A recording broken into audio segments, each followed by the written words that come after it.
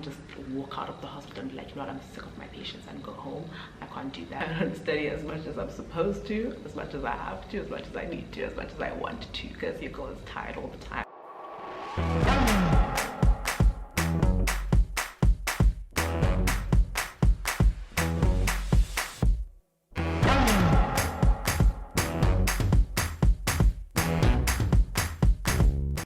Welcome back to my channel. I'm Natalie Caitlin. Welcome to a new video on my channel, TheStylishMed. If you're new here, please do subscribe to my channel and join the family. And if you're not new here, thank you so much for coming back again. And everyone, whether you're new or not, please let's go and turn on our post notifications so that you never miss a video from me again. Okay, so in today's video, we're going to be answering some questions. It's been a very long time since I sat down and did a Q&A. So yeah, today I thought I'd sit down and answer questions because I know you guys have had a lot of questions because my DMs are full and I have not even answered like half of them. By the way, I apologize if you guys hear weird sounds in the background. My neighbor's chickens and my neighbor's children are making a lot of noise today, so it sounded so rude. But anyway, I want to answer as many of them as I can in as little time as I can, if that makes any sense at all. How is the salary in Tanzania compared to other countries?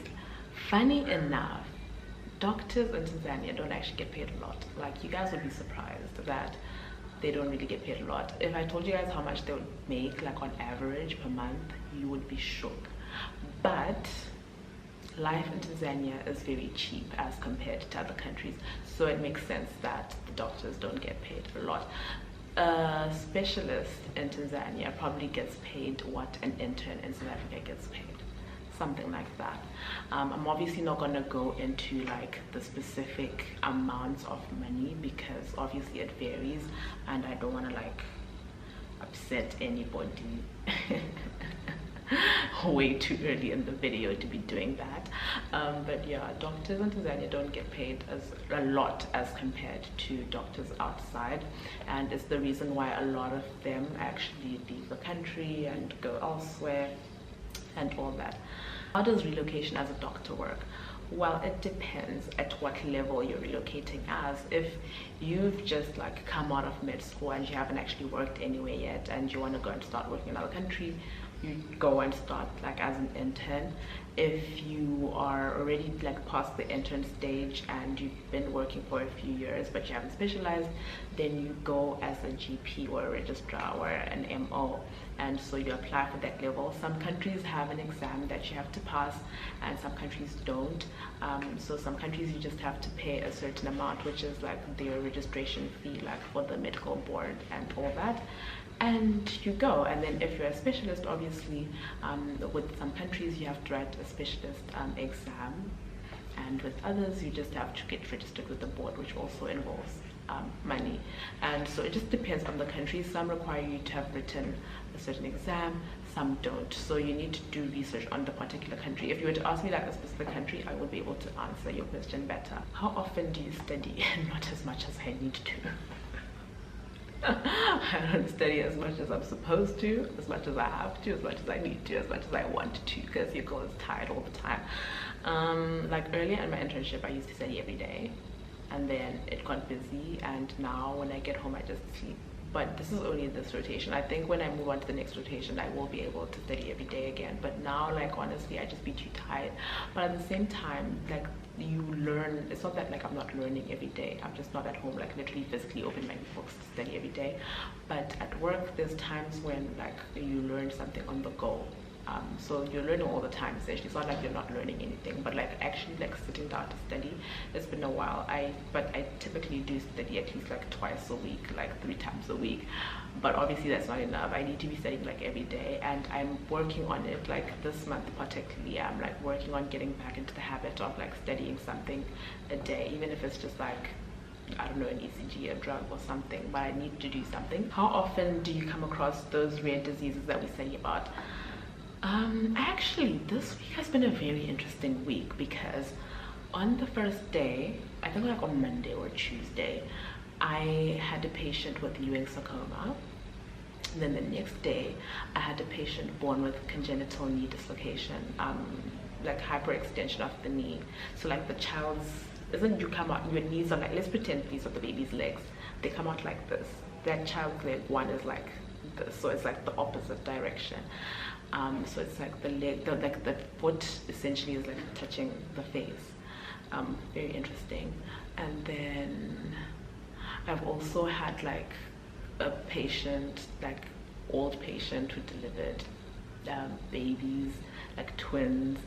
I'm not going to say the age because you guys would not believe me. I've had, but like over 16. I've seen a lot of interesting things actually during my internship. But yeah, but you obviously don't come across them like often, but you do see them once in a while. How are you adjusting to working in a hospital? I don't think I understand this question because I've been working in a hospital for a long time. I mean, like from med school you're in the hospital. Maybe like you mean like now, like it's actually my job, like I have to be there. But even it's like I don't understand the question. But the difference between me being in the hospital now and when I was a student is like now I'm actually responsible for things. Like if things happen, I can be to blame, whereas before, if anything happened, it was none of my business. It was the problem of the one who countersigned my work. But yeah, life in the hospital is nice. It's chilled vibes. What's such chilled vibes? It's the furthest thing from chilled vibes, but I like where I'm working for now. I have no complaints. I think things are getting a bit tense. I don't know why, but yeah, like the past 2 weeks have been hell for most of us. But yeah, things are fine. Things are okay. I don't have any complaints. The hospital I'm working at is nice. There's coffee shops on some of the floors. There's a cafeteria that serves nice, decent food. The people are friendly. Some days are busy, some days are not, so there's a good balance. I have a passion for medicine since I was young, but right now when I think about the years I've spent in school, look, this is something that I used to say. I always wanted to be a doctor, but I was always scared of like the 6 years. Let me tell you, 6 years passed anyway. But at least I'm not a doctor. The 6 years are gonna pass anyway. You might as well have them pass, and at the end of it, you're a doctor. It is painful though, I don't want to lie, because I watched my friends graduate twice before I even got a graduation, and I didn't even end up getting a graduation. Thanks Corona. But yeah, time will pass anyway, and it's the same thing as those that say they want to specialize but they don't want to, you know, like me. I definitely know I want to specialize, but I used to think, oh, the years again, like going back to school, but that time is going to pass anyway. And this specifically goes to those of you that feel like you're too old to pursue a career in medicine. There's nothing like you're too old, because you're gonna grow older anyway. You're gonna reach 45, you're gonna reach 50 anyway. At least reach 50 having achieved one of your long-term goals. Do you have any tips for a future international medical student? So I have tips for medical students in general, and then I have extra tips for international medical students. If you're studying medicine abroad, I don't care where you're studying, whether you're in the UK, in China, in Russia, in Ukraine, in the Bahamas, I don't care where you're studying. If you're studying somewhere that is not where you are from or where you intend to work, you have a lot of work to do, okay? You need to be studying for where you are, passing your exams there, and also studying for back home. You need to know what's going on outside of that little bubble you've put yourself in, or you're going to put yourself in. You need to know that at home people are doing certain things and treating certain conditions that you might not even have where you're studying. So you always need to be on top of your game, like in terms of where you are, but also like use the books and read the lectures and do the assignments that people at home or wherever you want to work are doing, so that by the time you finally finish and come back home or where you want to go, you know, it's not too difficult for you. You're able to like just bridge that gap and like get into things smoothly. You will not believe how hard it is for people that study abroad to come back and work in Africa, like especially people that study in China and Russia, where they don't really get as much like practical experience. When they finally come back to Africa, oh, they suffer, and you don't want to be that person. So make sure that you're always like on top of your game, you know, doing the most, getting as much opportunities as you can, and utilizing and making the most out of those opportunities. Has the struggle in med school paid off? Definitely. I feel like the struggle, especially in my last year, has definitely paid off. Like in my last year of med school, like in my final year in Botswana, I did the most. Like I was scrubbing in, I think I scrubbed in over like 30 C-sections. I did 30 evacuations myself and stopped counting after that because it was too many to count. I was doing a lot of things, and it's hard because now I'm competent.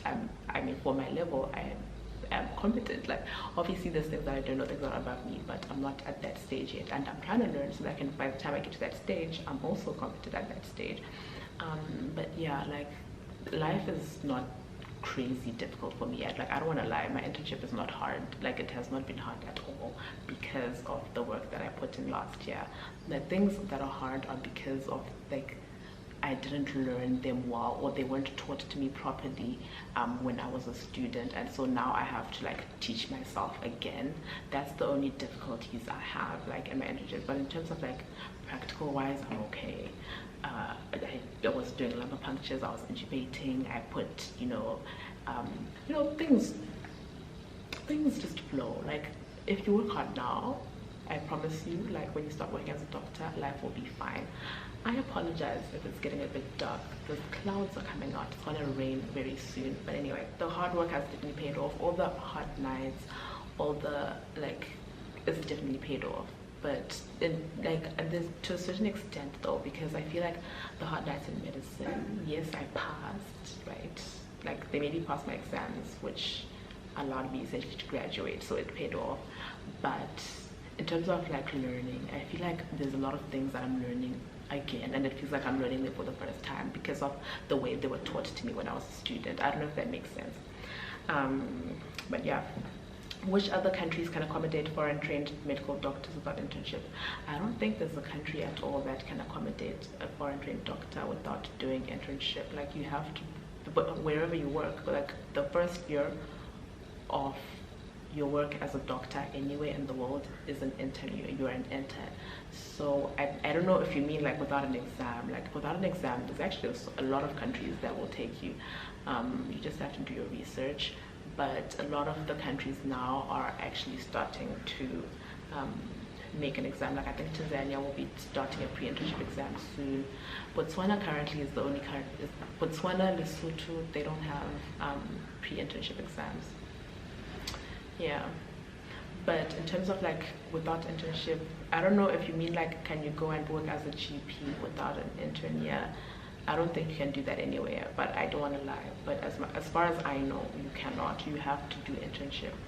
But if you mean like getting into internship without doing an exam, yeah, there's several countries. Why did I choose to go to Tanzania for my internship? I actually almost came to Tanzania for my final year, but I started the process too late and it was too complicated for me to start that whole process now. Because the process is similar to the process that you need to do postgraduate, I was like, no man. So yeah, I decided why not come now, and also the fact that I didn't need to like do like a bunch of exams and like be sitting at home studying for those exams. That also played a role, and the fact that I genuinely like this place. It's peaceful, there's no drama here, and also because I was a COVID graduate and there were very limited countries you could travel to during Corona. Tanzania was one of them. And it's a beautiful place, and I wanted somewhere where like, you know, can be good vibes, like by the beach. In that aspect, I played myself because I don't even have time to go to the beach, and I live so close to the beach, and it's so annoying. But anyway, yeah, a lot of factors, but those are some of them. What is working as a doctor what you envisioned as when you graduated? I feel like, yeah, it definitely is what I envisioned, in the sense that I'm making a difference in people's lives. My patients love me, I love my patients. Currently have 2 babies in neonatal ICU, and I'm in love with them. Like, I think one of them is being discharged today, and it's upsetting me that I'm actually not at work when they get discharged because I don't get to say bye, and I'm obviously probably never going to see that child again. But like, it's things like that that make you realize like, wow, I'm actually, you know, doing something important with my life. Like, I wake up, I go to work, yes, I'm tired, but when I come back from work, I can say I saved a life. Not many people can do that. I mean, because we can say that, and that makes everything worth it for me. Like, it's everything I envisioned and more. When I'm walking around, people are like, daktari, that's doctor in Swahili. You know, they're like looking up to you to give them like proper input. Someone comes and you're the one that is the one who's gonna solve their solution, who's gonna give them a solution to their problem. You're the one who's going to be the one that saves them from harm or whatever. So yeah, it's definitely more than I envisioned. It's not just a name, it's not just a title. There's a lot more to it, and you have to experience it to understand it, essentially. How do you keep yourself disciplined to study even though you have no exams? I feel like when you become a doctor or when you start your journey in medicine, you have a certain goal for yourself. And for me, my goal is to be the best doctor that I can be. And I'm not going to be the best doctor if I'm just going to work and coming back and thinking I know everything. I know specialists who still read every day and they still feel like they don't know enough, and they're specialists, they have like multiple degrees. Who am I then to sit on my bum and say, yeah, I'm a doctor, I finally made it, you know? So there's a lot of work that you still have to put in and all that, so that keeps me going. The fact that I know that I haven't reached the level that I want to reach. I want to be the best that I can be. I want to be the best at what I do. And you don't become the best from sitting on your ass doing nothing, okay? Yeah. What do you miss about med school? Number 1, free time. Number 2, my peace and quiet. Number 3, I miss being able to just leave class when I was like, I'm sick of this, I'm leaving, I'm going home. I miss that because I can't just walk out of the hospital and be like, you know what, I'm sick of my patients and go home. I can't do that. I miss not having to be the one in charge of things, if that makes any sense. As a student, you're the least important person on the team. Nobody cares about you. As an intern, you're the most important part of the team because they're giving you all the orders and you're the one who has to make sure that those orders get done. You're the one who's basically with the patient the whole time. You might consult like your senior, but they're just going to tell you, okay, do this and do that, but they're not actually going to come and do it. You're the one who has to do it, and you can't just walk away from it, because if it's not done, then if the patient dies, you're the one to blame. Like, yo guys, I miss everything about med school. Actually, I miss everything. I just don't miss the studying. That part I don't miss, but yeah, I miss like being involved but not having to be involved. Now I have to be involved. It's not like by choice, I have to be, whereas as a student it was a choice. So I definitely miss that, and I definitely miss having free time. It sounds crazy, but I had a lot of time in med school. I had a lot of time, okay? I had a lot of time, and I miss that. I miss having time, I miss having a life. Did you have to learn Mandarin to study in China? No, I didn't have to. The simple answer is no. But the university that I went to, Chinese was part of my courses, so I had to learn Chinese as a subject, and for me to graduate I had to pass a certain exam. So essentially yes, but for you to study in China you don't have to learn Mandarin. But is it advisable? Yes, because how you want to talk, especially if you want to study medicine, and if you want to do well essentially in China, you need to speak the language, because you want to get more opportunities, you want to be more brilliant if you speak the language. But yeah, so do you have to study Mandarin to study in China? No. Did I have to? Yes. Specialization that will not involve losing a patient. Now, if you are in medicine and you think that you're not going to lose a patient, my friend, you are in for a ride. You're in for a ride of a lifetime.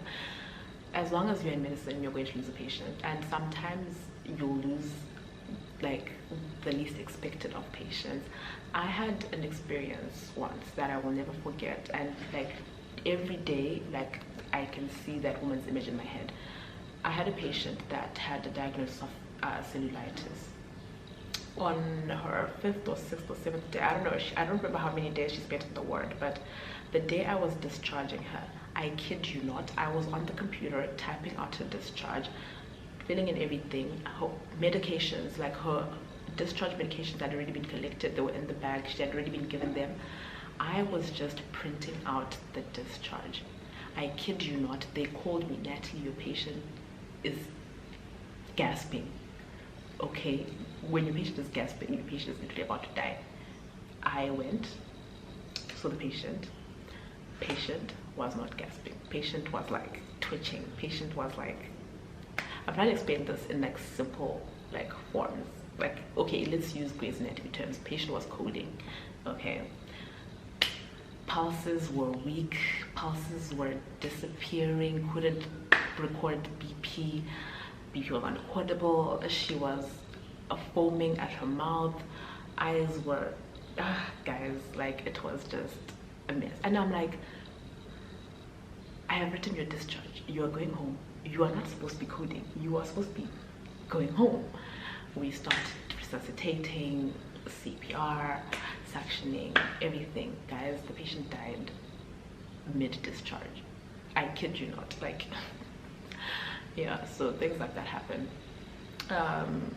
Just a lot of, you're not gonna be a doctor and not expect death, guys. It's part of the job. But I mean, less death, let's say dermatology. Yeah, dermatology.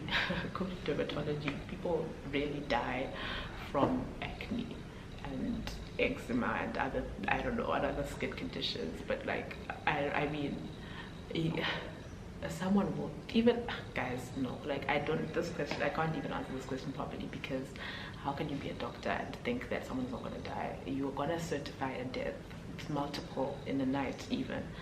But yeah, so that's that. Maybe dermatology, anesthesia, you're definitely gonna have deaths. Pediatrics, definitely. Emergency medicine, a lot of deaths. Cardiology, a lot. Guys, every specialty. The only thing that I can think of off the top of my head that has less is dermatology. Do you get enough free time, me time in your profession? Obviously not, because if I did, I would have time to do everything that I want in the world. But I feel like I don't even have time for like just opening my phone to reply a comment seems like a huge task. That's how busy I am. Any free time that I have is spent sleeping, resting, so that I can wake up and be alert enough to treat my patients the next day. So it's really busy, it's really tiring, it's crazy. I don't have enough free time at all, definitely not.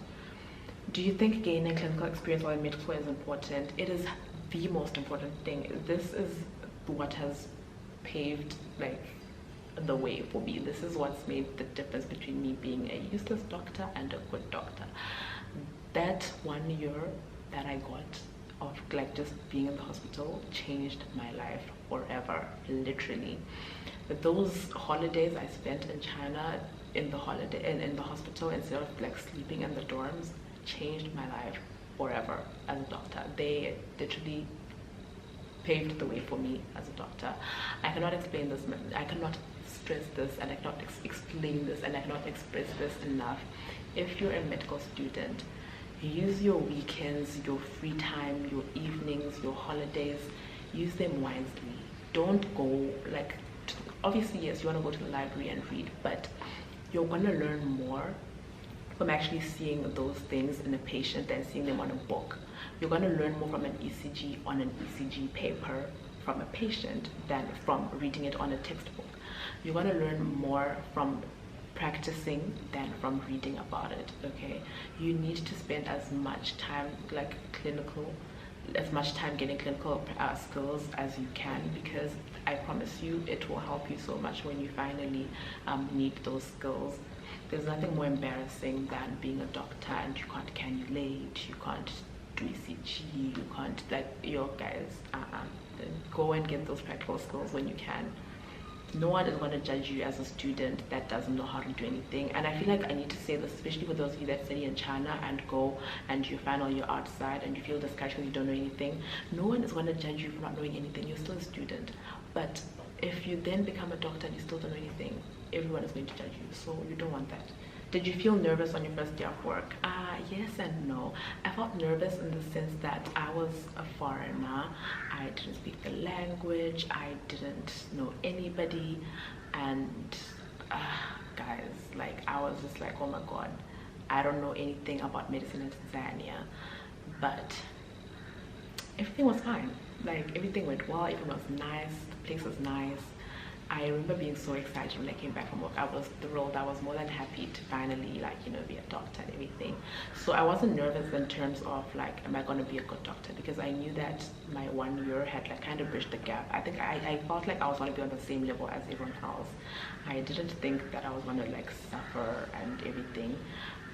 But I actually turned out to be doing a better job than most people. I don't want to like gloat and like, you know, boast about myself or anything, but like I'm doing fine. I'm doing okay. And yeah, you inspire me. Thank you so much. It's always reassuring and like refreshing to hear these kinds of compliments, because they make all my hard work feel even more worth it than it really feels. Not a question, just a thumbs up. You're awesome. Thank you so much. Now that you're a doctor, is there anything you think you could have done differently as a medical student? So first of all, I would have spent more time watching videos than reading books, because I think that helps more. I would have spent more time in the hospital, even though I did spend a lot more time, like, but I can't stress this enough. Spending time in the hospital is essential, absolutely crucial. I would have spent more time with my books in the hospital than outside the hospital, because a lot of the times that we studied, it was just to pass exams. It wasn't to be able to treat patients in the future, because we didn't think that far. We just thought about passing the exam, because what patients are you going to have in the future if you can't even, you know, graduate because you didn't pass your exams? So I understand that, like, but at the same time, I should have learned more like from the patient, because now you like every day, maybe not every day, but occasionally, like frequently, I'll have a disease come up that I don't remember like well, because I just crammed in mid school, you know, and then now I have to start reminding myself again from the beginning. So there's that. And also, maybe I don't regret where I studied. I definitely have no regrets there. I'm glad everything turned out the way it did for me, but I definitely would have put a lot more emphasis into practical learning, like clinical like learning, and the way I do now, like making everything apply practically instead of just like theoretically. So there's that. So this ended up being long. I didn't want it to. I apologize. I answered as many questions as I could. I really hope you guys enjoyed this video. If you have any more questions that you feel like I should elaborate on, or that I haven't answered at all, and anything, just leave them in the comment section and I'll get back to you when I can. Yeah, let me know what other videos you want to see from me. Let me know. I'm always welcome to suggestions. Let me know anything that you'd like to see me do on my channel, anything you'd like to see me talk about, if it's studying, if it's school, if it's life outside of medicine, if it's life inside medicine. Let me know anything. I really hope you guys enjoyed this video. Please leave a like, leave a comment, subscribe to my channel if you haven't already, turn on your post notifications so that you don't miss my next video, and I will see you in my next one.